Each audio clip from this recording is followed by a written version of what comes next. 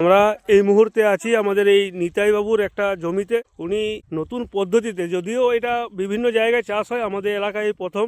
এটা কতটা জায়গায় আপনি চাষ করছেন? এখন এটা 2 বিঘা আছে, মালচিং পদ্ধতিতে বেগুন চাষ। আচ্ছা, এটা কি কোথাও আপনি প্রশিক্ষণ নিয়েছেন না?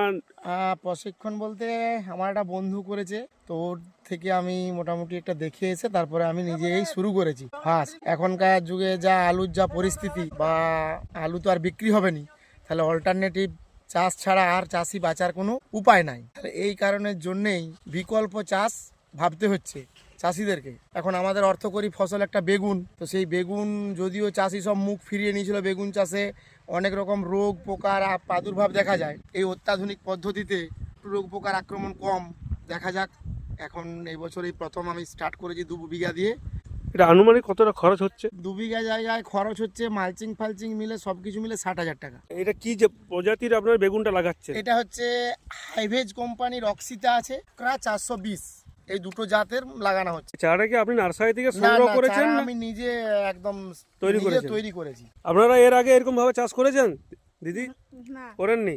তা কেমন লাগছে এরকম চাষ করে? খুব ভালো লাগে। আপনার কি মনে হয় এটা নিতাই বাবু সফলতা পাবেন?